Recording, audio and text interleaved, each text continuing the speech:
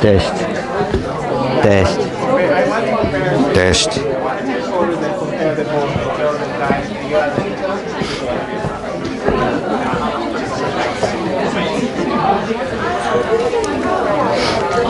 So Lene, can you still hear me? Great.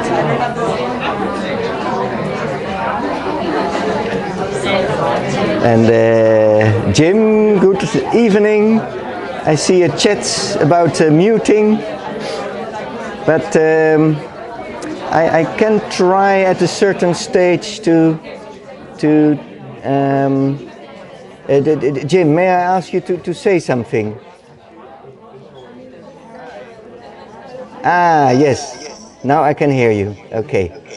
Well, but then it starts to circle around. Okay, this is better. I'm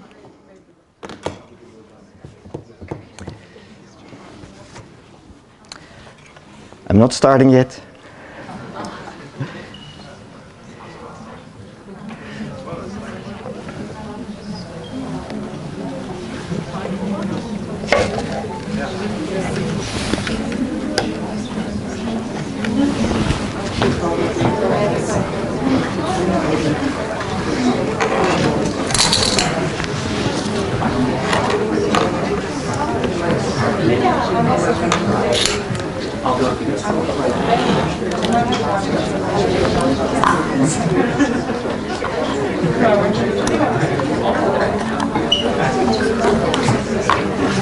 Taste. Taste.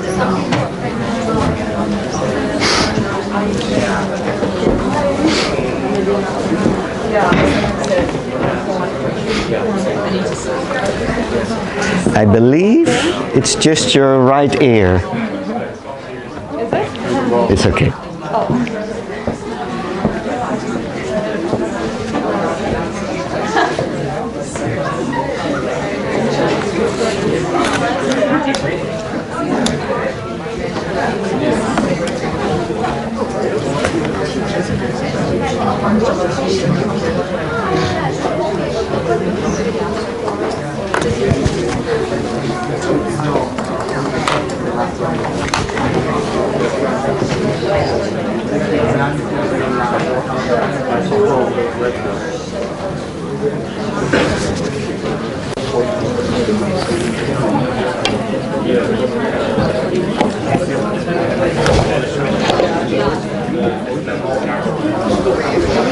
Okay.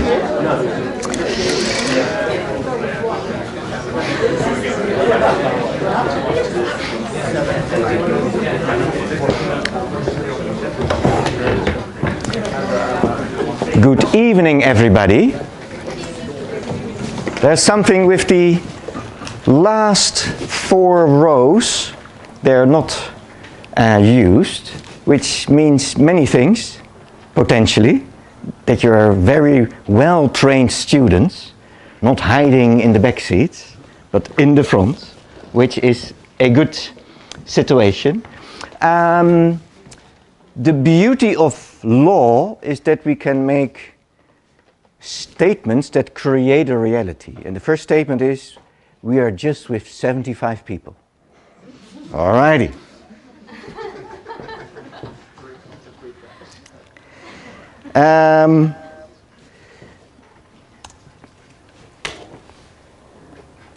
A good evening for all the listeners here in the Starleaf stream. And is it correct that you can see in one of the screens the slides? Yes. And is it possible that with the device selection tools you can make that your primary screen? Because most of you, after 2 years of Corona, did not put on the camera, which I fully acknowledge and understand. Okay, so what I try to do is to record this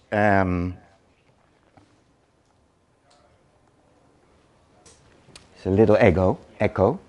I try to record the lecture, and then if it is not too, let's say, dramatic or creative or wrong or let's say insulting for others, then I will put it in a certain channel, be it Blackboard or YouTube or whatever.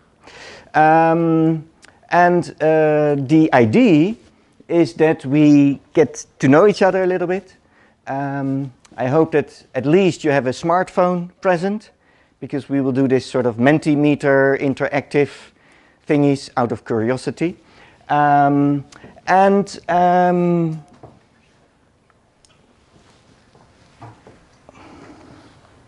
You know what? Let's put on the star leaf on this one and kill the echo.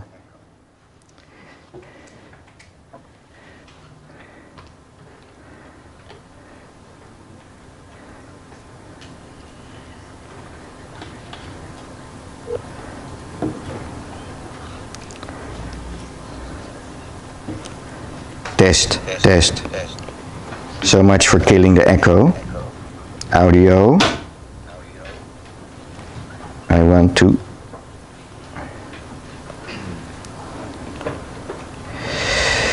All right. The reason that I am logged in is that then I can see sort of emergency signs. But if the price is an echo,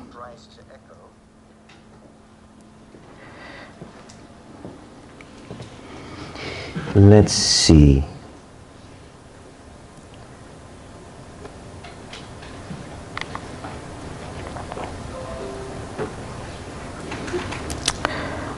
One more attempt for free.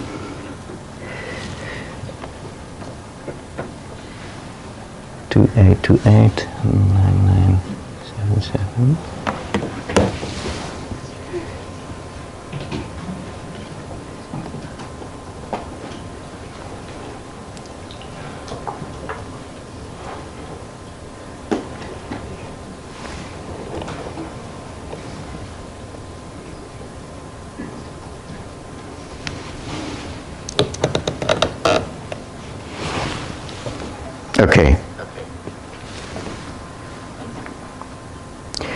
Okay. The students that are used to Utrecht know that officially these lectures after midday start at 15 minutes after. So I'm a little bit confused whether I should take this academic quarter to dive into the topic of tonight or wait on those students. But I guess now that we are here with 75 and a couple in the screen, that I will not wait. Let's start with the introduction. First item is that I want to get to know you a little bit better, because we will start this week on a 40-week sort of journey where I will be your sort of beck and call, coach, tutor, administrator, complaint officer, guidance person in the realm of thesis writing. I am working in Utrecht University now for over 7 years, since 2014. I'm, as mentioned in the kick-off last Monday, a registered licensed attorney at law here in the Netherlands with my own firm in The Hague, where I live. My children are roughly your age and studying in Delft, physics and mathematics and stuff like that. So I have plenty of time, and I fill that time with a monster project called a PhD research project as an external PhD candidate, so no one is paying me for it, which is one of the explanations that it takes a little bit longer than expected. but you will finish your LLM earlier than I will do my PhD, but at the first alumni jubilee session in 2026, you can congratulate me.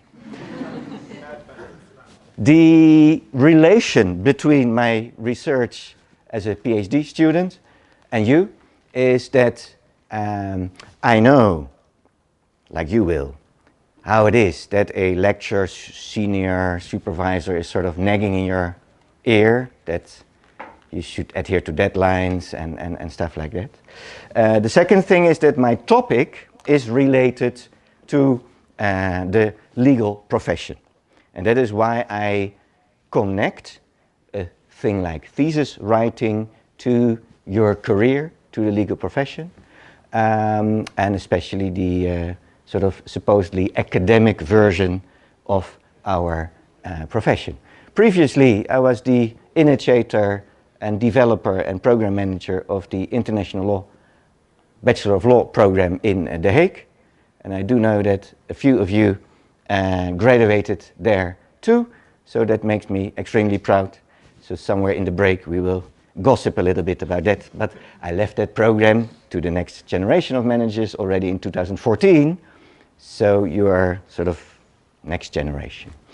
Prior to that, I was a practicing attorney at law in the Caribbean, St. Martin, and for 4 years, 2000 to 2004, and that was a life-changing experience. And once in a while I do refer to that experience. It feels like yesterday, but I have acknowledged, and you noticed already, that I'm sort of growing into a sort of olderish person, but you're too polite to confirm, which is okay. And prior to that I was a regular attorney at law in the Netherlands, and I worked in the arts industry, and I specialized in various fields of law, but there are always sort of these sort of themes that are recurring, and depending on the audience I talk to, I use different phrases for those specializations. Part of me is sort of capitalist, you know, suit, stuff like that. So many clients are and were corporations. And then I phrase the theme I want to mention as corporate social responsibility. But the other half is a sort of well-to-do socialist with corresponding friends. And then I call that theme human rights. And in my head, that's sort of the same, but framed for different audiences. And the reason that I mention this is obviously that I like to tell you that, but secondly, that for me, there's a relationship between that type of themes and the legal profession. So somehow, part of our narrative, our conversation, is that you should be not only just a graduate, but also a responsible graduate, as in a responsible future legal officer, professional. And the assumption is that there are problems out there, and in 12 months' time, you are tasked to tackle them. And then depending on the geographical location you are on the globe, those problems are extremely hysterical or a little bit hidden. And the Netherlands is, for instance, a country where there are many hidden issues and problems. Just to mention one, which is sort of a neutral one, and that is the division of female and male professors in Utrecht University and other universities, which is not by far anywhere in balance. And all the other more critical and life-threatening issues out there. I will establish a link between the thesis, your thesis, and this type of themes together with another link, and that is the link between landing an LLM and then landing a job. So I have two sort of avenues. One is the sort of utilitarian, let's get the thesis done in the most efficient way. And there you go with your life. And the other avenue is that I make things complicated. I make themes out of it. Like what is information, or what is a state, or what is a consumer, etc. In the light of those two themes, which I dub corporate social responsibility / human rights in the broad sense of the word. So that is a little bit me, and now I would like, and also our friends in the Starleaf environment, to go to menti.com, which is a website. You can do that with your smartphone or laptop. And then the first question, just out of curiosity, where are you sort of located geography-wise? So then I can develop empathy with those having longer journeys than I have from The Hague to Utrecht. And what I like is that you get immediate response on a non-name basis. And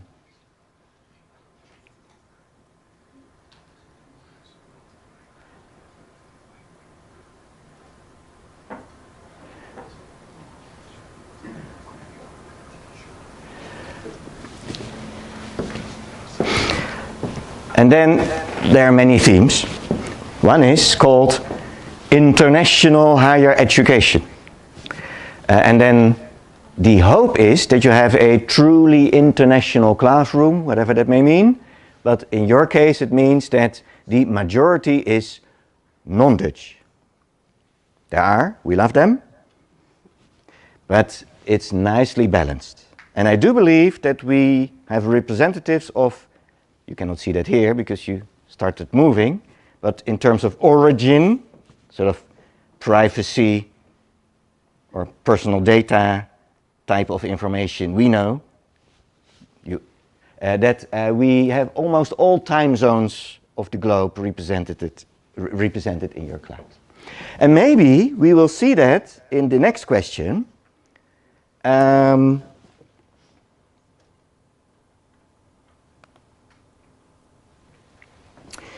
About the previous degree. So if you had a LLB or something like that in Groningen, you enter Groningen.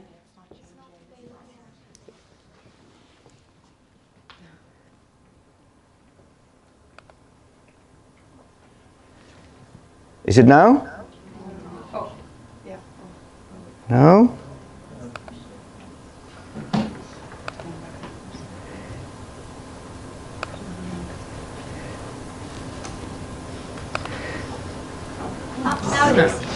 Okay. I do have multiple backup systems, and one is the non-integrated Mentimeter flavor, not yet on the screen.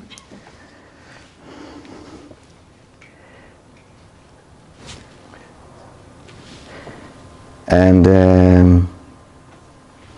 this is always mind-boggling.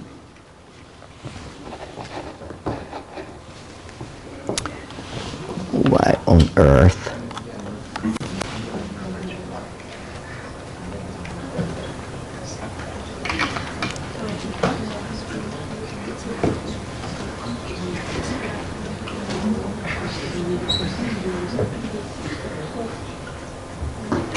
Somehow they changed the software last summer. Anyone have the code?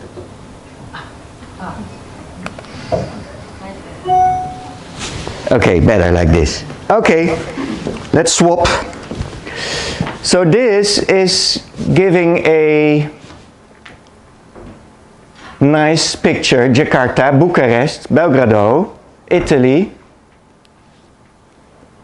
which is not necessarily a city unless I'm confused in terms of the United States of America. You have all kinds of, you know, I'm pretty sure that there will be somewhere a village called Italy, but I doubt whether there's a university there. At least I don't know that. Amsterdam, The Hague, Groningen, Den Haag, Utrecht, Maastricht, Trinity. And then Trinity is obviously another multi-name in terms that I know one in Dublin, I know one in Cambridge, I know one in Oxford, I know one in Sydney, and I guess in the United States. So somewhere there will be a break in the upcoming 40 weeks, and then we will figure this out. Okay, Santiago de Chile, Skopje, North Macedonia, International, Ho Chi Minh, Ljubljana, Tel Aviv, Jakarta, Aberdeen, lovely. In terms of experiences on your side and travel destinations on my side. Okay, let's see what happens next. Because now I wish you to enter the next question, if that is already possible.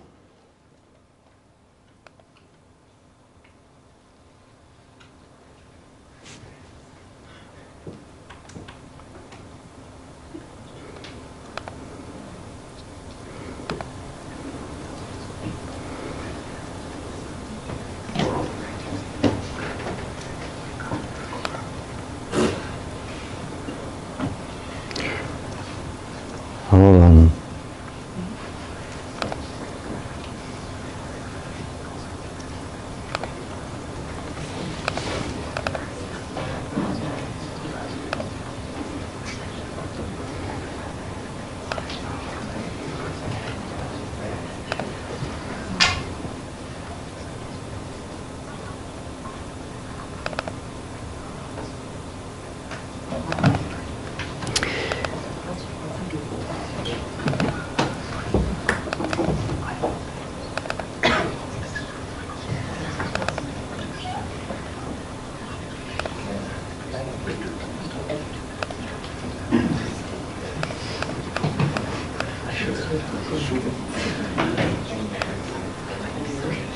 Okay, with some clicking we get there. To learn a lot, to learn about emerging technologies, deepen my knowledge of tech law, have fun, thank you. That should be number one, but this is very serious and polite. To find a job, yes, we talked about that and we will. Skills, become a tech lawyer.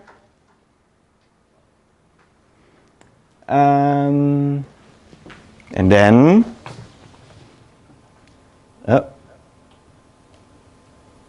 how can I scroll? Okay, I can't. And then, let's move to the next question. What is your expectation from the RTT? Scholarly writing, to learn how to write a thesis, I believe that's sort of the pronunciation of column D. I'm not sure if it's just on but I have a different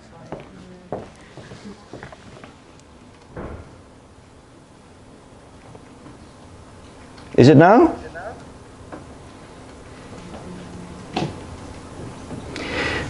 Improve my research and writing. Okay, I like this one. Hopefully a better experience than the LLB experience. I take that as a challenge. Challenge accepted. A ton of work. That's a realist. Still discovering, which is okay for the upcoming 2 months. And then scholarly writing, which I like as a sort of phrase. I use it myself because there are complications with words. We will talk about that. And one of the complications is that the word research has different meanings in different countries in the legal community. So when you are in an American library, doing legal research is the thing you do to solve a case, to find sources of law and then solve the corresponding case. And then on the European continent, we make a distinction between legal practice, where people solve cases, and legal academia, where people are paid between 9 and 5 to think and hopefully once in a while write down their thinking. And then to make the distinction clear, we use a German word which is called Wissenschaft, which is even more confusing when you're not familiar with German. So the closest thing in the English language I use is then scholarly activity, because there seems a sort of consensus that people working in a university could be called scholars, unless in your non-native English brain that causes problems. And the reason to use that word is that, and I will explain that also later, the writing of a thesis is a role play, a simulation of such a scholarly activity. So that is, thank you for the person who noted that down. Let's move from naming and framing the thesis to the content. And that is that this LLM is sort of designed in a sort of fourfold way in terms of the classic areas of law, and also in technical sense, the LLM is a cooperation of the four main sub-departments of our law school. And those sub-departments are designed in a very traditional way, which we inherited from the Romans and the Germans and the French in the last couple of centuries. And that is that there is such a thing called private law, and then at a certain stage people started to use the word public law or constitutional law or something with the community. And obviously in those centuries already criminal law existed, at least in the European Middle Ages. That is sort of sad that it started. And then in the 20th century, because those other three departments were already full, all the universities, at least in Europe, established a fourth flavor, being European law or international European law. And that is a very concrete and physical phenomena. We have an office building at the Newtonlaan. Don't go there. Oh no. You see, I should not say those things when it is recorded. It's a very efficient, modern glass building with 4 floors, and 1 floor is private law, the next floor is criminal law, and so forth, as a matter of speaking. With their own professors and their own start of the year field trips to Bond, you know, their own language, their own sources, their own communities, associations, etc. And that reality will change in the near future when we all move, as a Utrecht Law School staff, to a lovely old building around the corner where we will sort of get mixed together. And this LLM is sort of the future in the sense that we cooperate and that we try to sort of present all those areas of law in an integrated way, or as integrated as possible. Why? Because the community out there is not very much interested in our areas of law. They have a legal problem or something that is close to that. So it's our brain that divides the stuff in clusters. So in your LLM, it's actually the first English-speaking Utrecht LLM where this happens. All those 4 departments as a sort of treaty signing, send it representatives, your lecturers, to teach you. And in your brain, something beautiful will happen, because all those 4 areas of law, EU law, public law, private law, criminal law, will sort of merge into one big, beautiful understanding helpful for the future. Something like along these lines was apparently on the website, because you all enrolled, etc. In concrete terms, we are not yet free from the heritage. That means that in the criminal law class, the enforcement class, you have to sort of put on your sort of cloak of criminal law in terms of phrasing and guilt, mens rea, stuff like that. And then in the private law, you have to do the equivalent thing with sort of contractual, non-contractual liability, consumers, stuff like that, and the state is far away. And in European law class, or the market class, regulation class, it's sort of Article 1, 2, 3, 4 on the Treaty on European Union, where we promised each other to be a union, to be faithful to the ideals, which you basically sort of sign up to as a professional, at least as you start working in Brussels, Luxembourg and the like, Strasbourg. So my advice is not to integrate too much in those courses, especially in those exams, because those are sort of quasi-standalone EU exam and private law exam and criminal law exam as a precautionary measure, step 1.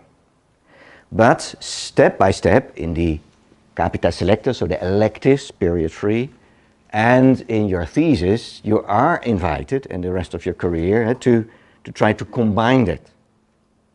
But in such a way that a representative, your future employer, from one of those silos is still getting it.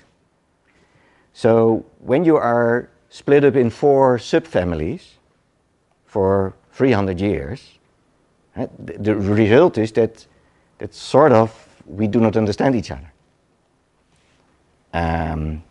So when I talk to a criminal law expert, so first of all, he or she thinks that my sort of commercial law in the broad sense of the word is sort of waste of time, because the only real area of law is criminal law. So that's sort of this emotional barrier already. So what I'm trying to say is that I invite you to and maybe the label is role play, that you, each time you are in a sort of situation, you ask yourself, in which role play do I flourish best for the time being? But explicitly, the dot on the horizon for you as a career, maybe in 5 years, that you're able to integrate it. And that you assist the lawyers community, the jurist community, to find words that all those 4 silos understand. And words that do not freak out people from other silos.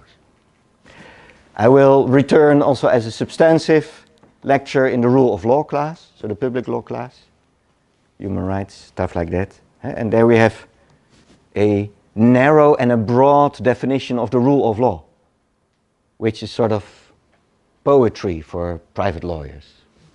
They don't have a clue what you talk about when you say these words. But so you are able to do so. And to make that a little bit concrete, I move to a next Mentimeter, because I wish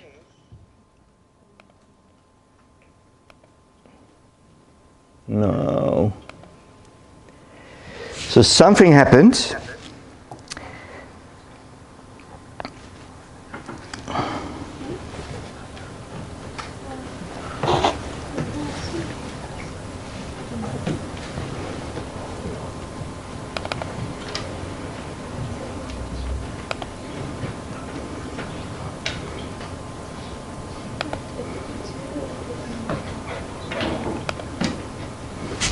All right, not too bad.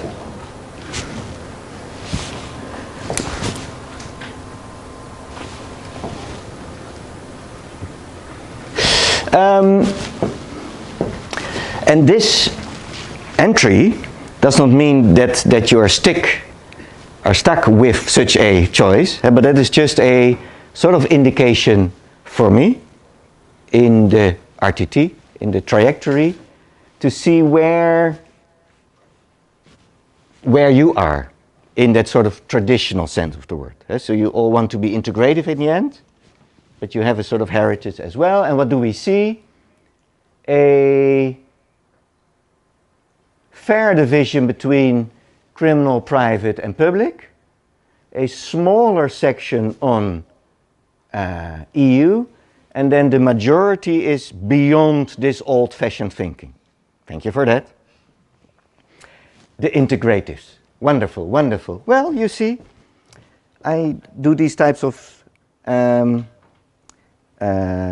exercises more often. And let's move to this one. So here the question is, in terms of your thesis, where you think, in the traditional way of thinking, where your theme will be categorized.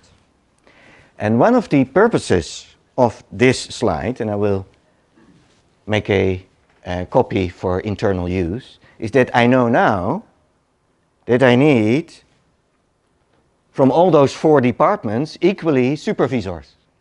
So this slide is very instrumental in internal organizational affairs, that I have to line up supervisors of all 4 families.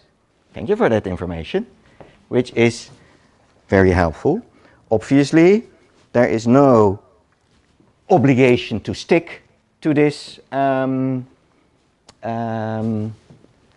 choice or indication, because one thing should be very clear, that studying is having the ambition to change your brain and to move you potentially into other directions and preferences, etc. Okay, now we are looking at keywords that characterize, indicate sort of the theme of your thesis. And I do see a very central position for AI, artificial intelligence. We will discuss probably 20 definitions of artificial intelligence. And they share that it seems to be a moving target.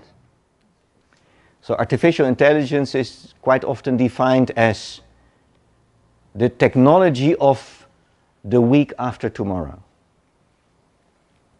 And then when we reach there, it's old-fashioned technology, you know, smartphones. Ugh. All right. Data privacy, data protection, content regulation, GDPR, cryptocurrency. I do see human rights jumping around, fundamental rights, cybercrime. All right, I need glasses. What I will do is I will make PDFs out of this word clouds and then place them on Blackboard.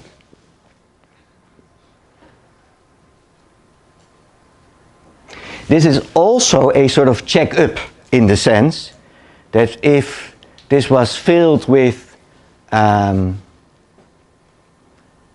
the province law of Groningen or family law in Ukraine, then we knew that you were in the wrong LLM, but I believe that all these themes can be handled by us. Okay, so let's move to some more definitions. And that is that a thesis can be described in a very concrete way, and these slides are on Blackboard, so there's no need to literally type them over. So one of the definitions that is most true, that it is a piece of text of roughly 15,000 words. That's the easy part. And then, I mentioned it already, it is a imitation of a scholarly article. So it is not necessarily a memo for a law firm or a piece of legislation or the like, which does not say that it might have the intention, and I hope it will, to change the world. But sort of the look and feel is a sort of scholarly article in the broad sense of the word. One of the reasons for that is that producing scholarly articles is our core business as scholars. So that is where we, as your lecturers, supervisors, tutors, know most about. Secondly, in the career development, publishing an article is something you can put on your CV and is highly appreciated in the sense that in our world it is the highest intellectual achievement you can get to. So education is also improving your intelligence, but also testing your intelligence and sort of confirming it. And that is why we have this sort of most intelligent type of writing as a sort of centerpiece. Then another approach is that it is the final exam of your LLM. And since we talk about autonomy on your side and that you should be a responsible citizen on the globe, the last thing we would like to do is to pump you full of sort of knowledge with only exams and then full stop. So it's a sort of combination of an examination where you are in the driving seat. So your research question is sort of your exam, and then your thesis is your script you write on your own exam. And you get 15 credits, and that is then the last piece of the puzzle of 60 credits and your LLM. And it's a very efficient way of organizing higher education, because you do the work, not we. And so from a very practical point of view, from a business perspective, the university as a business, this is a very nice product. So you pay tuition fee, we do some courses, and then the last 10 weeks you're on your own writing a thesis. Well, we do some supervision, etc. And also that component is a test for your future career. Because the idea is that your jobs will be on locations where no one else will know exactly what you know, and you're hired to add that knowledge, experience, skills, insight, energy, and then you're, in that sense, on your own for the next 60 years. So we are sort of exercising that in the last 10 weeks with all kinds of, Utrecht University security personnel assistants, supervisors, second readers, me, myself, Christiana, Texero, psychologists, study point, name it. It's all there. But it's sort of, like with a pilot education, you have to fly sort of solo flight at the end to prove that you're fit for purpose. And that is why I and the colleagues invest in this early stage already in sort of frameworks, knowledge, ideas about what then the content of that solo flight might be. Not in terms of law, but in terms of the process.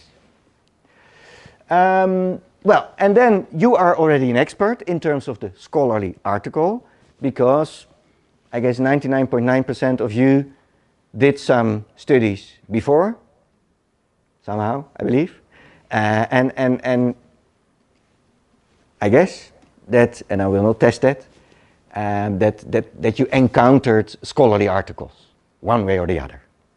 And if not, in the break, when no one sees it, ask me, and then I show one. And most of you, we had this questionnaire, most of you did a LLB thesis thingy, which was a sort of the equivalent.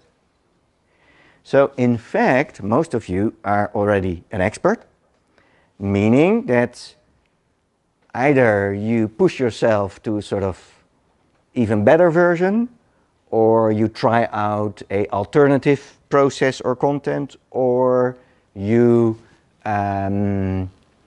just push the repeat button and get done with it.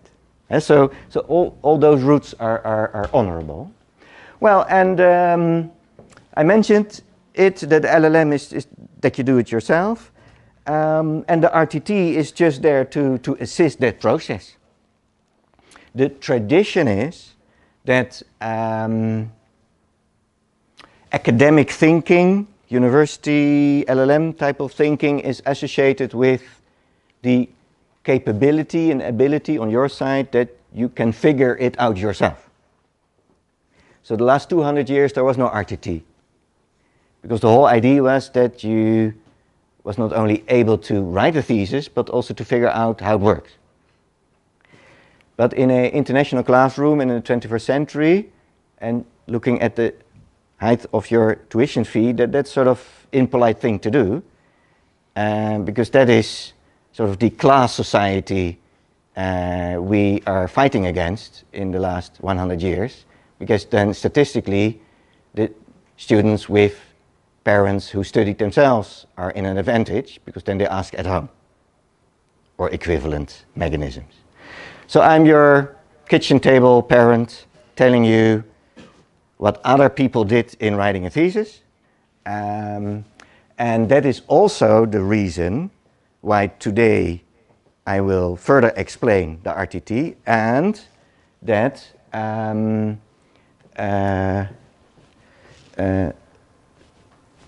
the lectures are ultimately also quasi-mandatory.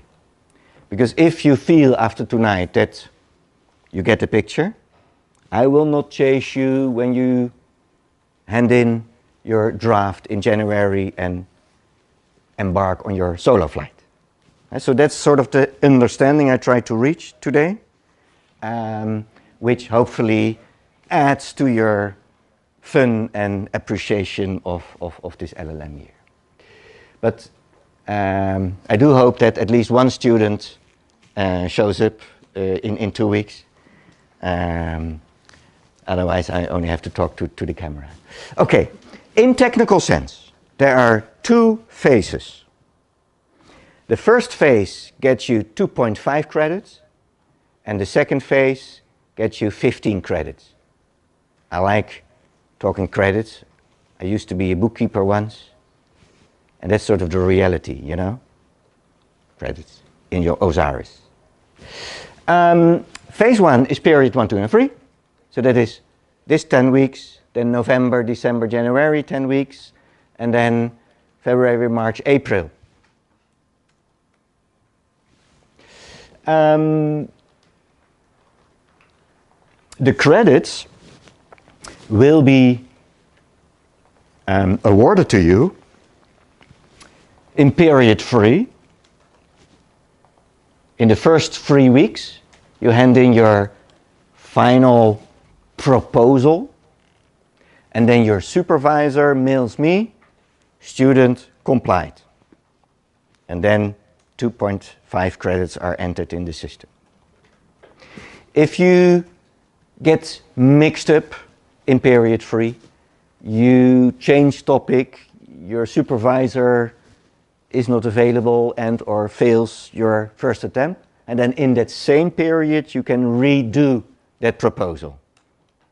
So one way or the other, at the end of April, everybody gets 2.5 credits. That's the deal. And then phase 2 is the last 10 weeks.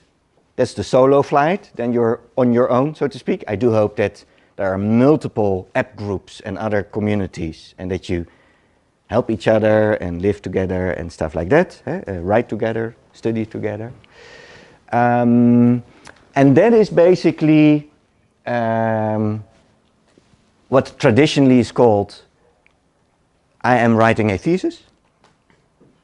And that consists of a draft and a final version.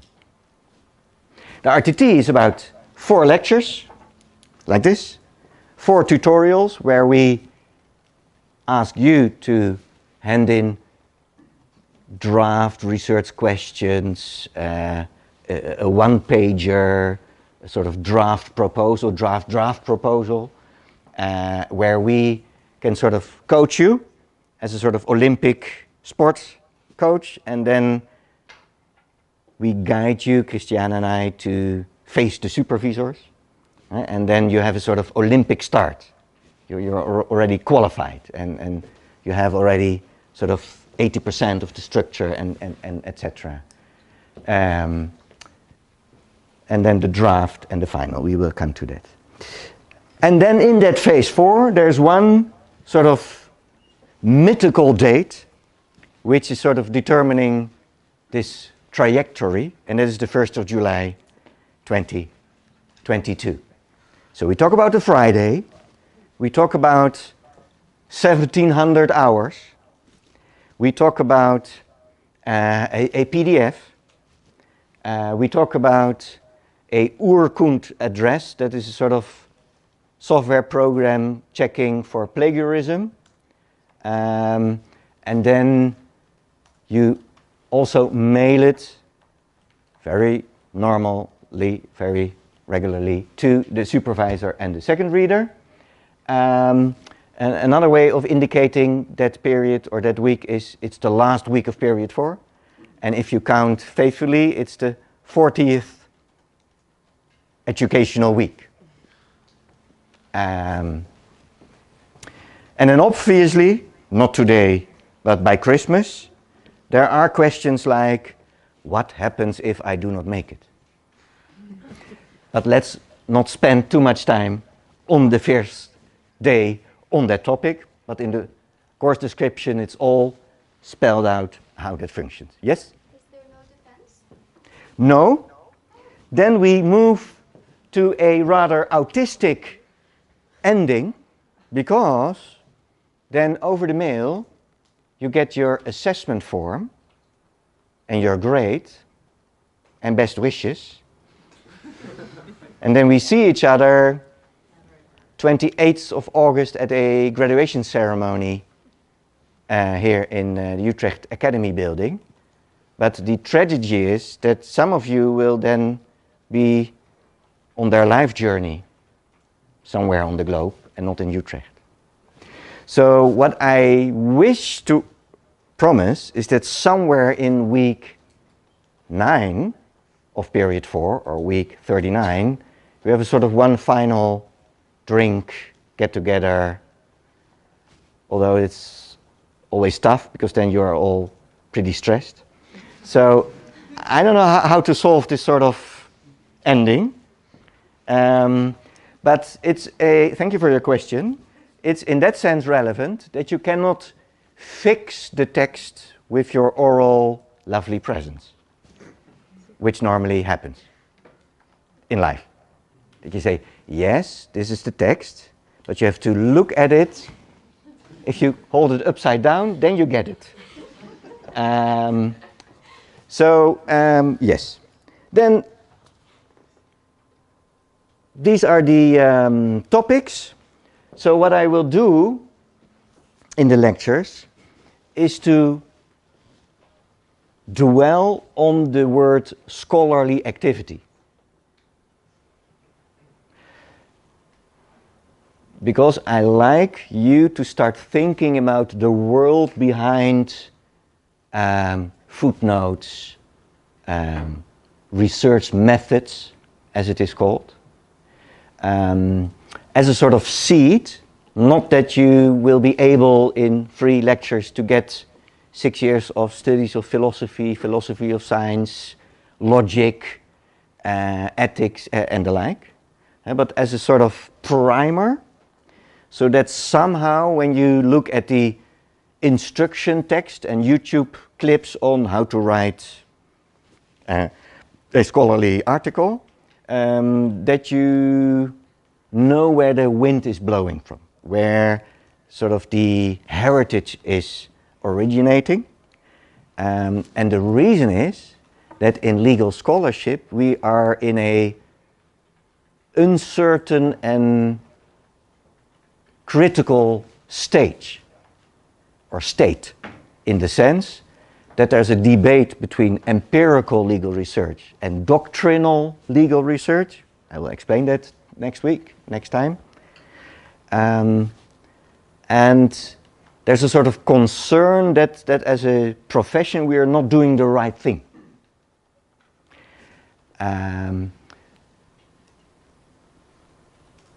We compensate that by practical instructions, by me, by your supervisor, for the sort of do this, do this, do this, and then you will be fine.